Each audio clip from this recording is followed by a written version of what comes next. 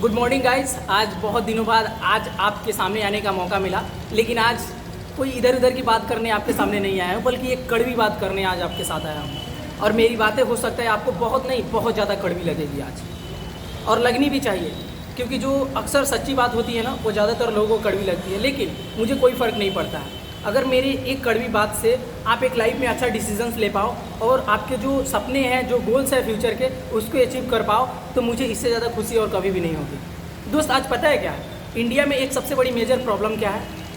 India में आज किसी से भी आप पूछोगे ना कि भैया आप लाइफ में क्या करना चाहते हो, तो उसका एक ही बात निकल के आएगा कि भैया मैं लाइफ में बहुत बड़ा करना चाहता हूँ, मैं लाइफ में लग्जरी लाइफ जीना चाहता हूँ, मैं लग्जरी घर चाहिए, मुझे लग्जरी गाड़ियाँ चाहिए, लग्जरी लाइफ स्टाइल चाहिए। लेकिन जैसे ही आप पूछेंगे ना कि भैया आपको इस चीज़ को पूरा करने के लिए, आपके फ्यूचर गोल्स को पूरा करने के लिए क्या आपके पास कोई रास्ते हैं, तो उनका जवाब सीधे रहता है ना।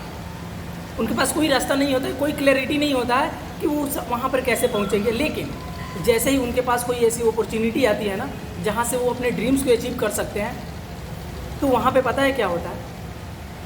मेरा तो ये मानना है कि इस दुनिया में एक पत्ता भी हिलता है ना तो कहीं ना कहीं भगवान की मर्जी होती है, और भगवान की मर्जी से जब उनके सामने कोई एक ऐसा अपॉर्चुनिटी आता है जहाँ से उस अपॉर्चुनिटी का लाभ उठाकर वो अपने फ्यूचर गोल्स को अचीव कर सकते हैं, तो वहाँ पे वो पता है क्या करते हैं, बहाने बनाते हैं कि नहीं यार मेरे पास टाइम ही नहीं है। 80% लोग बहाने बनाते हैं कि मेरे पास टाइम नहीं है, मैं अपने काम में बहुत बिजी हूँ, मैं यहाँ चल गया था, मैं वहाँ चल गया था, बॉस का प्रेशर है, काम का प्रेशर है। यार फिर उस काम को आप कर क्यों रहे हो?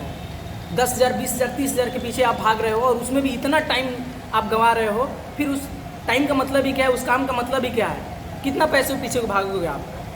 पैसे के पीछे तो आप भाग लोगे, लेकिन जब उस पैसे को खर्च करने के लिए आपके पास समय नहीं रहेगा तो फिर वो पैसा किस काम का? तो मेरे दोस्त, आज जो 20% लोग दुनिया में सफल है ना, जो कहीं ना कहीं एक अच्छा लाइफ स्टाइल जी रहे हैं ना, उनके अंदर एक क्वालिटी ज़रूर होती है। उनके सामने जब कोई एक अपॉर्चुनिटी आती है ना तो उसको वो सीरियस वे में लेते हैं और उसको समझते हैं, और समझने के बाद उस पर डिसीजंस लेते हैं कि ये चीज़ हमको करना चाहिए या नहीं करना चाहिए, ठीक ना। लेकिन एक चीज़ और भी बताऊंगा, जो 80% लोग जो सफल नहीं होते हैं ना, इनका सबसे बैड हैबिट होता है। बैड हैबिट क्या होता है कि ये पूर्वानुमान कर लेते हैं कि ये इतना आसान चीज़ होगा, और वो पहले से ही अनुमान लगा देते हैं यार यार ये कोई और चीज़ होगा। और ऐसा इसलिए होता है कि 20% लोग जो सीरियस लेते हैं वो लाइफ में आगे निकल जाते हैं, और ये 80% लोग हैं ना, जहाँ आज हैं वहाँ कल भी रहेंगे और फिर चले जाएंगे इस दुनिया से। लेकिन इसमें एक और कैटेगरी के लोग होते हैं जिसमें पता है क्या, ये बहुत बहुत बहुत ज़्यादा समझदार लोग होते हैं। इनका भी गोल बहुत बड़ा होता है, लेकिन इनका गोल इतना बड़ा होता है कि जब इनको गोल को पूरा करने के लिए इनके सामने कोई अपॉर्चुनिटी आती है ना, तो ये पता है क्या करते हैं, ये प्री प्रेडिक्शन कर लेते हैं। मतलब कि उस अपॉर्चुनिटी को समझने से पहले ये समझ जाते हैं कि उस अपॉर्चुनिटी में है क्या, और डिसीजंस ले लेते हैं कि मुझे करना है या नहीं करना है, जबकि उनको एक्चुअल में पता ही नहीं है कि उस अपॉर्चुनिटी के अंदर क्या है।